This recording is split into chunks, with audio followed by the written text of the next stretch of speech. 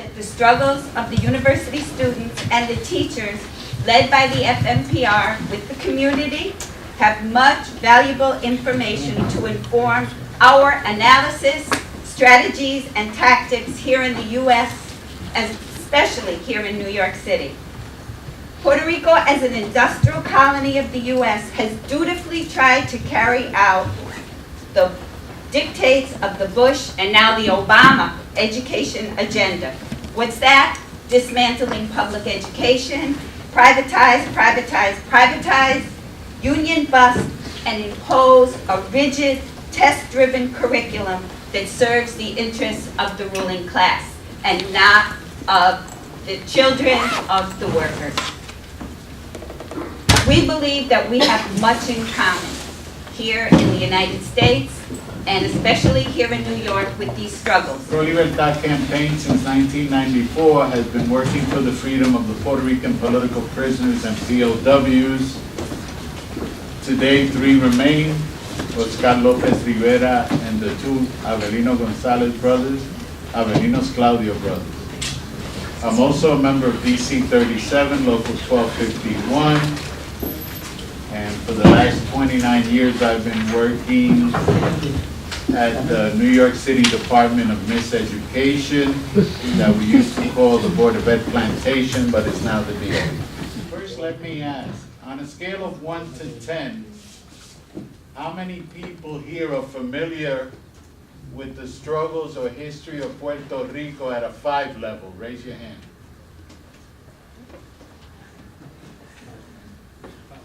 How many on a 1 level? How many are here to learn some more? Because they basically, okay, thank you. That's good to know. Puerto Rico was under the Spanish imperial rule for 500 years. And in 1898, Puerto Rico, as a result of the Spanish-American War, was war booty to the United States, and now we have been under U.S. imperial rule for 113 years. That's an important overview to keep in your mind when you hear about the struggles in Puerto Rico that the Puerto Rican people, and especially its working class, have had to wage in more recent years. The last stats of what the U.S. federal transfers are to Puerto Rico are about $6 billion a year. What the U.S. corporations extract from Puerto Rico is $37 billion a year. And that's an important fact to know, because like with all colonized people, whether it was Britain and India, France and Algiers, the mythology that's perpetrated in the metropolis is that the colony is a burden, especially to the taxpayers in the United States. You know, we're giving all these federal monies to the Puerto Rican people. What's not said is that U.S. corporations, through the exploitation of Puerto Rican workers, are getting more than enough return on the investment of U.S. taxpayers in Puerto Rico. In fact, until the Clinton administration, under Section 936 of the Internal Revenue Code, U.S. corporations didn't pay taxes to the Puerto Rican government or the federal government on profits made in Puerto Rico. And when Bill Clinton's folks realized that, they said, wait a minute, there's something wrong with this picture. So they tried to close the loophole. And in trying to close the loophole, they gave a grace period of 9 years for that part to be phased out, so that at least the federal government here would be able to collect taxes. U.S. corporations have a sweet deal in Puerto Rico. Section 936, and even though there was an extension of 9 years granted during the Clinton administration, that still hasn't been enforced in Puerto Rico, allowed U.S. corporations with the mother country in the United States to declare profits in Puerto Rico and not with the main company in the United States, therefore avoiding taxes. Okay? So that gives you some idea of what the working class and the labor movement has been up against. For many years, most federal laws around the environment and other key questions in any nation did not apply to Puerto Rico. So this is another benefit. I'm a U.S. corporation, I moved to Puerto Rico, I don't have to pay taxes to the U.S. or the colonial government, plus the colonial government provides water, concrete, facilities, etc. That's a sweet deal that no U.S. corporation will find in the United States. So this is the Puerto Rico. And like the 500 years of imperial rule by the Spanish and the 113 by the United States, with repression and exploitation comes resistance. And there has been resistance at different levels. Cultural level, trade union level, families, working class families defending their right to have a decent wage and standard of living, and the resistance against political repression against all those who would end the colonial relationship between the United States and Puerto Rico.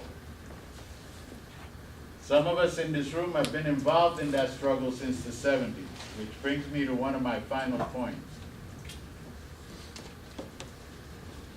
In the early 70s, those of us who were either raised here or immigrated here, as a result of the campaign to free the Puerto Rican nationalists, which President Carter freed in '99 unconditionally, we became part of the Puerto Rican movement in the United States and the diaspora. And as a result of that involvement, became not only supporters of independence, but many of us became socialists. Because we understood then, as we understand now, that the issue of Puerto Rican colonialism by the United States government is a class issue, and that reforms by and large will not resolve the conditions that are facing the Puerto Rican working class on the island and the working class in the Puerto Rican diaspora here. Finally, some of us have also been privileged to meet comrades from Puerto Rico, first from the movement, the Popular Socialist Movement, the MST, and then the MST. There are people in this room who you might want to talk to later because they were at the founding Congress of the MST in Puerto Rico. So our ties run deep, and our commitment to our Puerto Rican community in the diaspora runs just as deep, and that's why this workshop is important. Why is it important for the left? Because in any colonial situation, in any situation of class oppression, the left and progressive movement has a responsibility to become proactive in bringing an end to that colonial relationship and in supporting their class brothers and sisters on the island. Thank you. Compañeros of the MST, that a lot of people are not familiar with, that they wear two hats. Movimiento Socialista de Trabajadores, Socialist Movement of Workers. Okay, and they have a student front, the Union of Socialist Youth. And it's important to mention that because a lot of times people want the secret, the formula of social justice unionism. They want the formula. And they say, Angel, come on, when you go to Puerto Rico, bring back the formula, the secret. And so I did. And it's in my hands. But a lot of times when I say what it is, people get like, step back. Because it's about Marxism. And we've suffered a lot of repression around that historically. We have unions that are pretty much corporate pro-capitalist unions.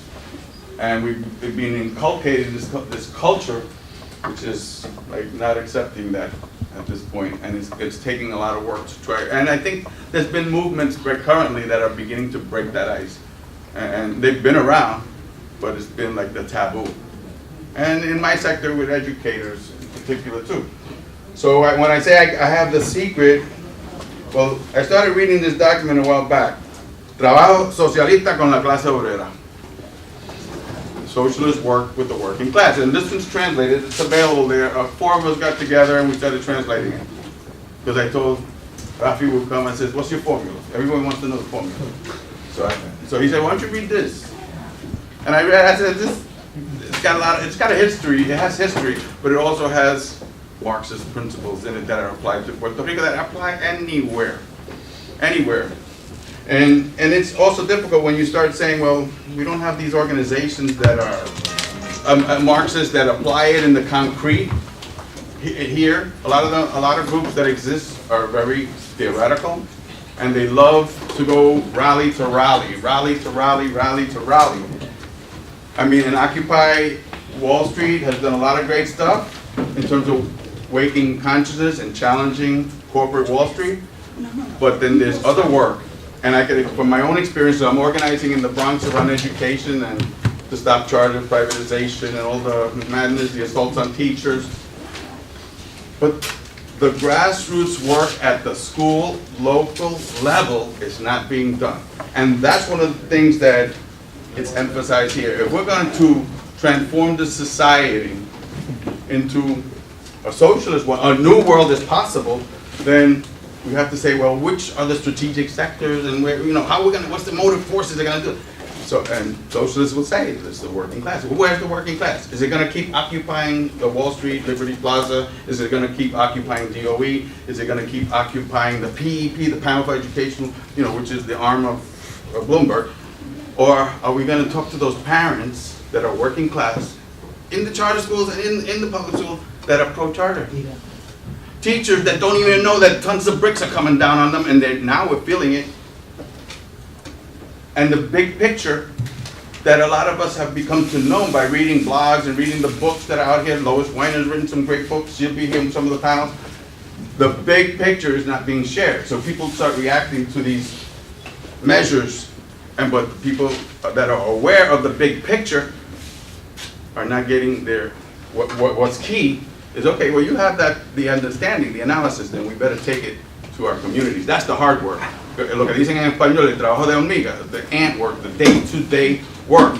And recognizing the power of propaganda, not in a negative sense, but a leaflet to explain that to parents, to students, which are our working class, to teachers, school workers, and we're gonna have to figure out how to reach.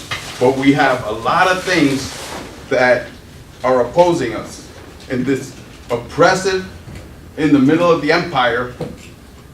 We have a lot of things, and then there's certain things that we see that are militant. We think they're militant, but they will only take you but so far. Because if you look at a lot of groups that may even be presenting in this left forum, you say, well, where's the, follow the money. A lot of them are non-profits backed by a corporate AFT, UFT, that the FMPR had to split from because they were bankrupting the teachers' funds. Okay, and then you have SEIU, and these are things that you learn within the struggle. So the whole thing is like, I'm gonna stop because they'll be able to talk to you from the experience of Puerto Rico, but the key thing I learned, if you wanna build yourself, your knowledge, the theory, it's one thing to the abstract theory, then you better get involved in the struggle, in the heat of the struggle, and be part of the working class, wherever it is that you are. Get involved, take up the issue, as if you're part of that working class. Take up that issue, and struggle like hell with them, in whatever way. And that's going to develop yourself, your theoretical understanding, what people on, let's say, political line, and develop the organizations at a grassroots level. And then there's the other one that people don't want to hear about. The Marxist organizations, the socialist, communist organizations, but we better figure out how to differentiate ourselves from all the bankrupt ones that have happened in the world, because, and key to it is that we fight like hell for democracy in whatever organization we're in. Thank you. Okay. First of all, I give you this piece of paper. This is some facts that are very important to understand the context where we develop our struggle. I will not discuss each point, but I want to make emphasis in some of them. If you see the general facts about Puerto Rico, the third one is very important. The economy of Puerto Rico is part of the economy of U.S. From the point of view of economics, Puerto Rico is annexed to U.S. And that is not so bad. Have something good and something bad. What is the good thing? In Puerto Rico, the working class is the only class, social class, with the capacity to transform the society. The how do you say, the bourgeoisie revolution had occurred in Puerto Rico. And we don't have a Puerto Rican bourgeoisie. Our bourgeoisie is the U.S. bourgeoisie. That is very important. We are a nation and we are an island. But we are annexed, and our way of life is very similar. To be in New York, or to be in Oakland, or to be in Puerto Rico is very similar. Maybe in Puerto Rico it is more Walmart, Sears, Penny, McDonald's. Yes, in Puerto Rico we have more of that stuff that you hear. Because Puerto Rico is a very important key for the reproduction of the U.S. capitalism in the world. The second idea that I want to share with you is that for the teachers, we have the same laws that you have here. No child left behind, essay, I don't know how to say in English, right to the top. We are fighting against charter schools, transformation of schools, turn around, school for 21st century. This is important because we are not so different. Maybe between New York and Los Angeles, the difference are bigger than between New York and Puerto Rico. Maybe. The other thing that I want to point from the general facts is that the struggle for socialism in U.S. is part of the struggle of socialism in Puerto Rico, and vice versa. It's impossible to develop a socialist revolution in Puerto Rico without a struggle here in U.S. For the colonial relationship imposed to us the necessity to share and to develop a strong joint efforts between both movements. And the second group of facts about Puerto Rico talks a little about the labor movement in the last 6 years. If I can make a resume, how do you say it? A summary of all that facts, I will use the word betrayal. Taxiomara, help me to. It's a difficult word for me. Betrayal. All AFL-CIO union, all the unions of change to win, betrayal the workers. And that is very important because we have to learn of that experience. It's an exception. The transformation of a corrupt bureaucratic union to a union that struggle, that represent the working class demands. It's very difficult. We do it in our union, but it's very difficult. Sometimes you have to make something new. But the reality is that in Puerto Rico, we are in general in the labor movement under a very bad period because most of the union betray on his own people. In Puerto Rico, we have now a Republican governor. The governor and his government suspend the the constitutional rights of the workers, particularly in the public sector, and the unions don't fight back, and at the end, they make an alliance with the government because it's better to fire 500 than 7. It's better to fire 8 than 11. And in that way, the government, in alliance with the union, finally fired 30,000 of workers. I think that they never make an assembly to consult the members. It's okay to fire 7, not 8. You know, the reality is that most of that unions works as business unions and are belts of the system to maintain the oppression against the worker, the working class. Okay, the third group of, I will not go to everything. The third group of facts are around our history.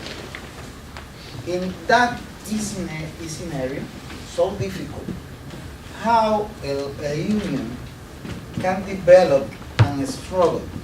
If you see, in 2003, the governor, the Democrat governor, closed the government. And the only union that fight back in the streets was Federación de Maestros.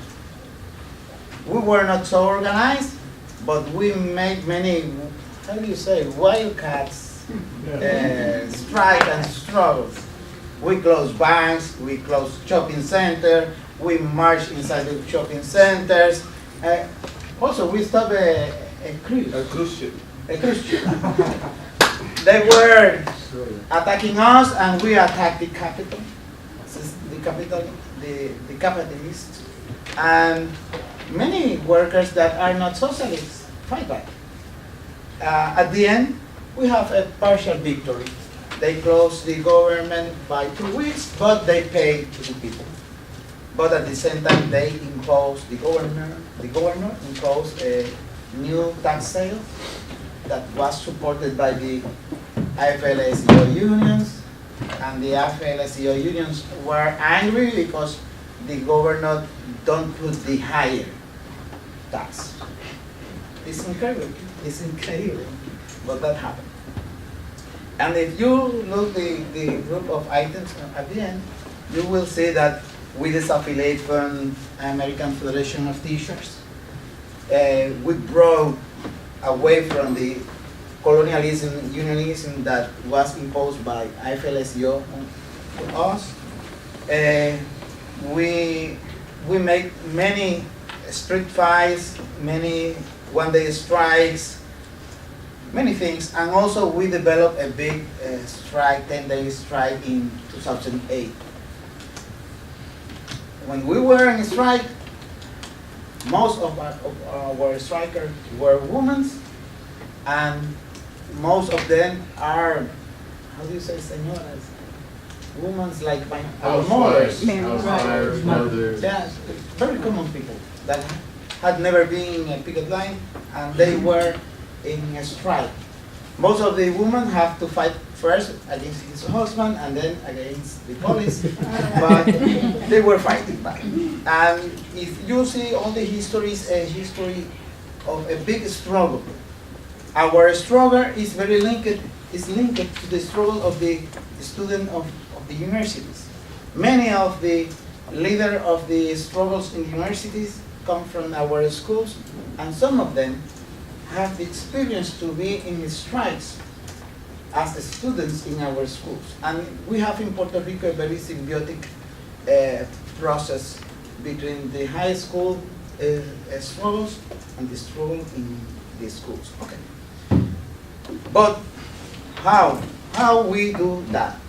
How the workers do that? We have many things to tell about this, but you read it. I don't have a lot of time. Y tienes que mantenerme en tiempo. ¿Cuánto? Okay. Very quickly. How to do that? First of all, you have to understand how the social movement developed. I will use that. The social movement is like a monitor that is here and the stroke. Here and the stroke. The social movement is not way. Maybe but it's better for us a higher stroke and not a lower stroke. But what makes the difference? The difference is the work that you do here. When the movement is not viewed by the people. If you work here, every stroke puts you in higher level. Sometimes you don't do the work here. And that I am a little afraid of the Occupy movement. A little afraid. Because when you don't do that, and the things comes worse and worse, maybe you have a heart attack. It's very dangerous also. You have to move every stroke, you have to use that stroke to develop, to build a movement. The period of the stroke is very important because the people is open to things about many things that other way don't do it. We say that they break his schema. How do you say schema? Schema. They broke his scheme and reconstruct His goal? his form of his way of thinking. In this moment, they break the way that they think about many things, and then they reconstruct. If the socialists do his work, then you go up, and up. Okay. But how we do this job? How we do this job in our people? That is the key. In Puerto Rico, remember I am one of the founders of the Socialist Workers movement in Puerto Rico. I am in the left of the left of the left. And for me it was a big surprise to be president of the union because 1 year before I was in jail. Nobody know, the teachers go crazy. No. We had been working with teachers politically as socialists from 1973. And the transformation of the union comes directly in 2003. 30 years of work. It's not easy. 30 years of work. What we learned in that process? We make like a cell, like we make una célula, a nucleus. An internal committee. A nucleus of action. What kind of nucleus of action? Well, we have the socialists, most of them from MST. Not all are members of MST, but most of them socialists. And we developed another group, the activists. These persons are not socialists, but they are radical in his method. They have commitment, they take risks, they make sacrifices. Some of them are pro-capitalism verbally, but in their action, no. ¿En qué año fue eso? What year? I think the committees that you did, the activists. I think something like 1990, something like that, 1990 to 1991. Okay. The caucus, this socialist caucus, is older than MST. It's older. MST is from 1982 is the fusion of two organizations. But I will not go to there. That is another history for other day. Okay. What we do is that the Socialist Caucus is develop an activist caucus. Person with commitment, with a person that makes sacrifice, that are linked to the struggle directly in their schools. But also, every member of this caucus also is an activist in his own school. And then we develop the school community, I don't know, struggle. Why? If you don't fight in the school, you are not fighting. If you don't organize in the school, you are not organizing. You are working with the superstructure, but not with the base of the movement. You have to develop from the bottom. I said the school community struggle because sometimes we support students against teachers, and sometimes we support parents against teachers, and sometimes we support one of the parts, because here you have many contradictions. You know that most of the teachers are conservative and his methods are very authoritarian. And we have to fight against that also.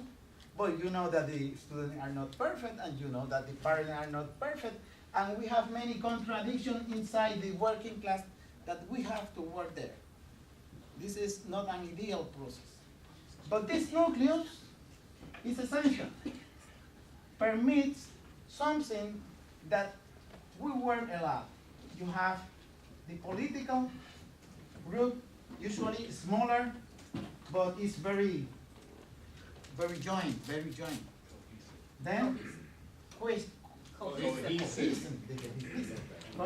You have the activist group, is cohesion, but not so cohesion. And then you have the struggle in the community, the school community, that is not cohesion. Usually they join because they have a problem, not for other things at the beginning. But why we change a lot the union and the process, why become so strong in so little time? Because when we, the new militant group, go to the direction, we use the resources of the union to move this process. Because for us, the union is Instrument. a Instrument. tool to develop struggle. And in the process, to develop working class conscience. The superstructure of the union, all the resources are directly to support this. And finally, that permit us to, this nucleus, with the support of the union, permit us to develop this process. Excuse me, because I am taking more time than I want. Clash conscience.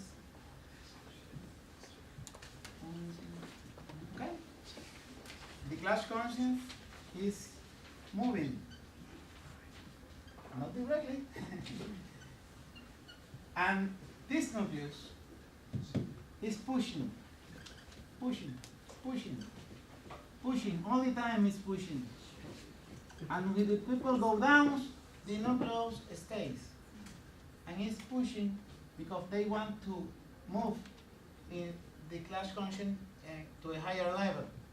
At the same time, you have forces against that. Many forces. And the worst forces is what the workers have here. That is the most difficult force to defeat. What the workers have here, and here also. Okay. And sometimes when we won, that is good, but have a bad side. Because in this stage, we are in economic struggles. We are making a better capitalism. Somebody can say that. Maybe you are doing that. The difference is that the difference in this world is the ideology. Most of the time we talk about social commitment unions. I don't like that. Working class social unions. Because we don't work for all the society, we work for the working class.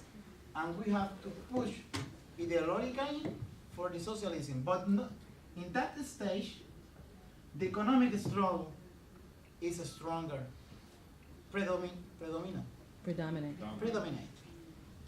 And when you continue the process, you have a limit. In Puerto Rico, we have a big problem. The union go further, but have a limit. And then the next step, the issue of power. The union have difficulties to go further. We need a revolutionary organization. MST is a movement, it's not the Revolutionary Party. We are, no falta mucho, how do you say that? We have a lot to. We have a long way to go. A long way to do that. But it's very important because to move further, you need to develop the organization. Not from the top, from the bottom, from that little nucleus. In Puerto Rico, Federación had transformed in a short time the struggle of teachers because we begin here and then the union support the movement. This is a very complex process where the socialists have to learn how to develop in the praxis of the struggle the class conscience of the working class.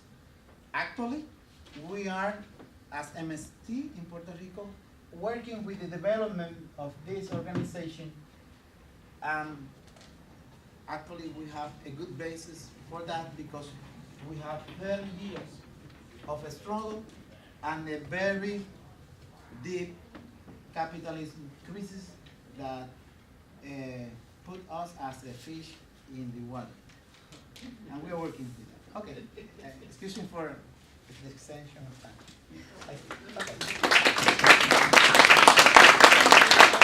The first thing we have to take into account is that Puerto Rico is a dream island for the imposition of neoliberal policies. Some of the manifestations of the economic strategy imposed by the American bourgeoisie operating in Puerto Rico are increases in life expenses, the Law 7, which declared a state of fiscal emergency, not only promoting the layoff of more than 20,000 workers of the public sector, but also a climate of despair and surrender. Alliances between the public and the private sector, the gas pipeline, and the law of industrial incentives. The main objective of this strategy is to establish the dictatorship of the capital at the expense of the rights and the living conditions of the working class. In order to accomplish their goal, they need to destroy any kind of resistance. In our country, The resistance came from the public schools and the university. That is not a casualty. In both fronts, there were structures and collectives determined to defend the interests of the working class. In the case of the University of Puerto Rico, the only public university we have, the students united in assembly decided to go on a strike in 2005 because of a tuition hike of 33% in a time when the administration of Aníbal Acevedo Vilá, a governor elected from the Popular Democratic Party, was increasing the cost of life expenses without promoting increases in the workers' salary. In 2008, the Teachers Federation of Puerto Rico went under the same administration, went on a strike in a time where no other labor union dared or had the willingness to challenge the government. The strike led by the FMPR prevented the creation of charter schools. Both strikes were a school of learning for young activists in university. You can learn from books, you can have wonderful ideas, but if you don't put them into practice, knowledge is useless. So we decide to rely on experience, on go on the march, because learning is not a process that occurs only by being surrounded in the walls of a classroom. It comes from trying to gain respect on the street and to claim for power. Most of the students' leaders of the UPR strike in 2010 came from the student strike in 2005, including me. At that time, the strike in 2005 was very unpopular because it was demonized by the media. But we had the chance to gain that necessary experience to do another struggles in the future. We continue the struggle by building a resistance against the privatization of the UPR theater. Our theater was closed for more than 8 years. When the administration announced its opening, only the rich could enter. And we participate in other struggles too. But it was in 2009 when it was imposed the Law 7 in Puerto Rico that we decided to build a resistance, more organized resistance, because we had political organizations, we have the Students' Council, but we needed a more huge group of students under one flag, independently of if you were an independent person, a pro-statehood person, and that flag was a university open to the working class people.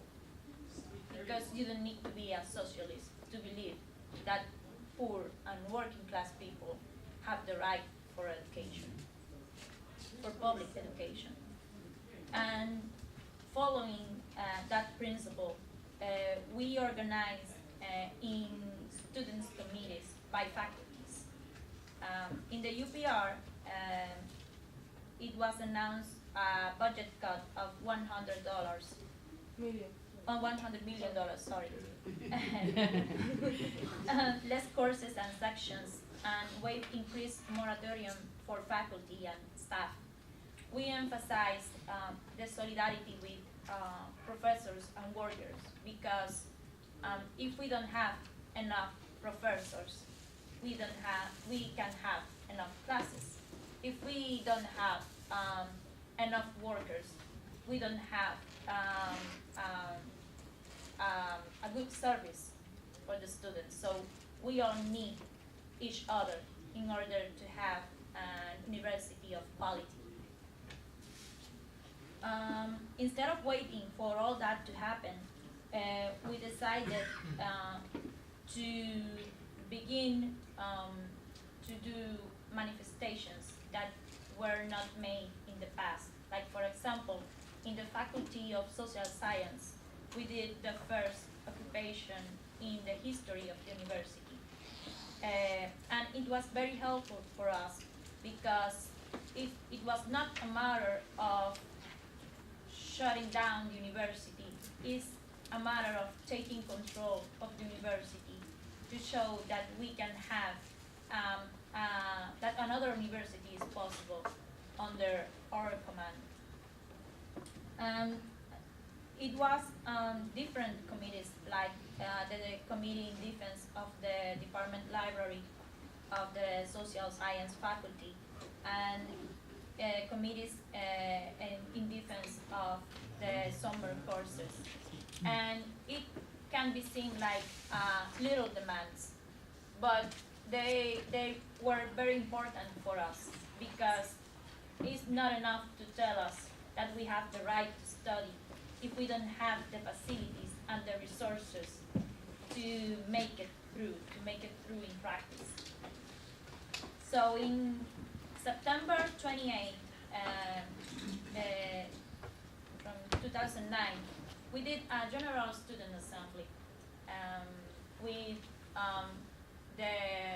and only 3 organizations believed that stoppage was possible against the Law 7 in the UPR. That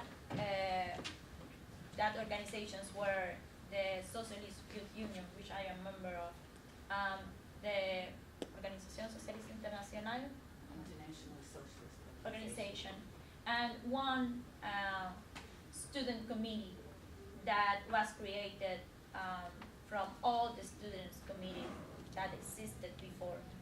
The student committee was the student committee in defense of public education. And some people believe that we have to wait for the perfect conditions to do radical manifestations. But we believe that conditions never are not going to be perfect, never. So it is important to break the ice, to dare to challenge the power of the administration and the government. And in all that context, we did that stoppage it was a declaration that we are un levantamiento estudiantil, I don't know. A student rise up. A student uprising. Like some people say, you are the future. The youth are the future of a country, and we aren't the future. We are the present. We are right here.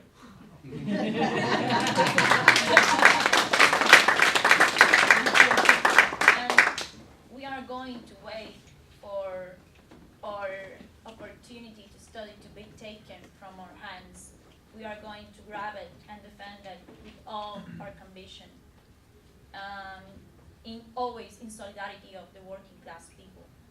And so we decided to go on, and even the chancellor of the main campus of the UPR decided to shut down the university because we will have a general assembly to join the working class sector for a general strike of 1 day in October 15th.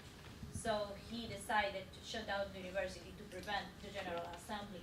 But we did the general assembly outside the campus anyways, and we participated in that struggle. And the time goes on, and they announced more budget cuts, and we decided to do, in a general assembly, we decided to do a 48-hour stoppage as an ultimatum. If no favorable answer was received, we will go on a definite strike.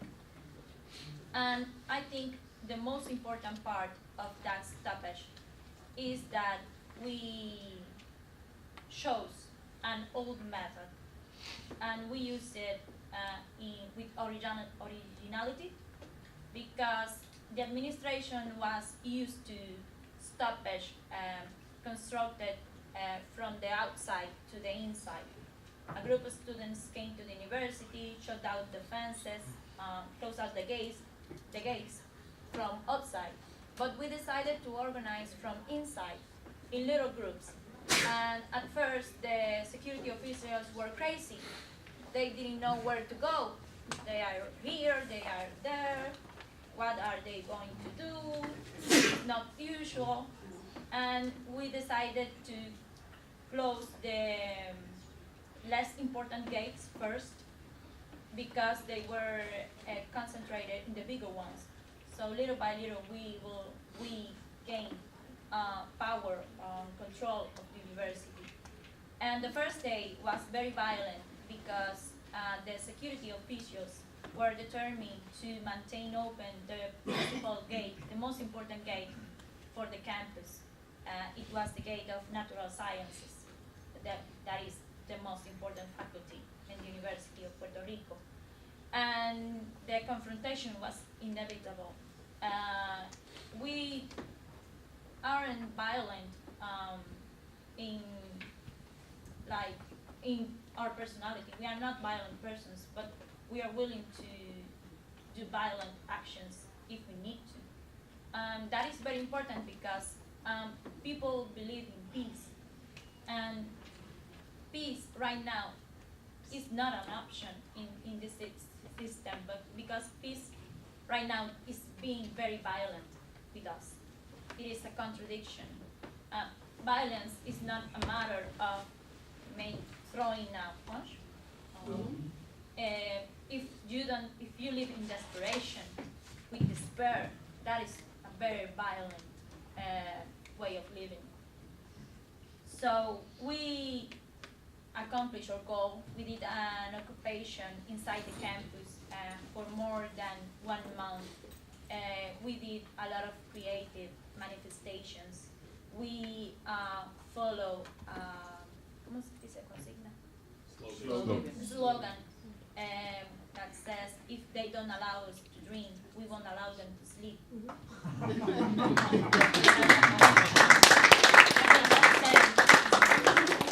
We follow them everywhere, the governor, the board of trustees. Every time they do a presentation in their offices, we went there to show that we are not willing to surrender. And 1 month after the first strike was declared, it was a crucial day because the administration prepared a general assembly to tumbar la huelga? Shut down the To shut strike. to shut down the strike. And most strikers were afraid because how can we convince other students to ratify the strike if the end of the semester is right here? And we say, you know what, we have the arguments, we have the conviction, and we only need to say that it is easy to fight when you have nothing to lose. And this fight, any fight, is easy. So you need to sacrifice, and we need to sacrifice. If we lose our semester, well, maybe we could lose it, but we gain so much more instead. We gain respect, and we gain the opportunity of an education that can be accessible for the poor, for the people who really need it. And that was it. People were convinced in the assembly to go on in the strike, and we ended the strike with a complete victory because our first demand, our principal demand, was gained. No sanctions we maintained the tuition waivers for talented students. That was the measure that they wanted to impose on us, the elimination of the tuition waivers, and no sanctions for students. But they announced an increase in the tuition cost of $800 fee. So the struggle continued with the campus open, but we need to rebuild the resistance for another strike. So we went on another strike. This time it was more difficult because the confrontation with the police was face to face. The police had taken control of the university from inside. In the past strike, they were outside the campus. In this time, they were inside, and there were no gates in the university. So it was another challenge for us. But we did it anyways, although we don't have the same conditions on the first one, because it is a matter of taking, it is a matter of not accept the expulsion of 10,000 students of the university. So if we want to respect, if we wanted for them to respect our right to study, we needed another kind of university. What is the purpose of a university that is closed for the people who really need it? And if we have an open university, it will function against us, because as the time goes by, we are going to be expelled from the university because we don't have the economic capacity to pay for it. So instead of waiting for that time to come, we did that strike. And maybe some people say it was a failure because we didn't stop the $800 fee. But for me, it is a matter to make an organization more effective by the time. And in that time, we altered the order of things. Before that, people didn't see the state as repressive. But in that time, we show the character of the state, that we have the opportunity to make another kind of society. And I think the most important thing is to keep on going, to persevere. And we are reorganizing ourselves right now to build what we call the third round. And in the third round, maybe we are going to be, ¿cómo se dice? Aplastados? Smash. But we already know that you can be smashed, but you can rise up again. And the key is to always rise up, because that's the way to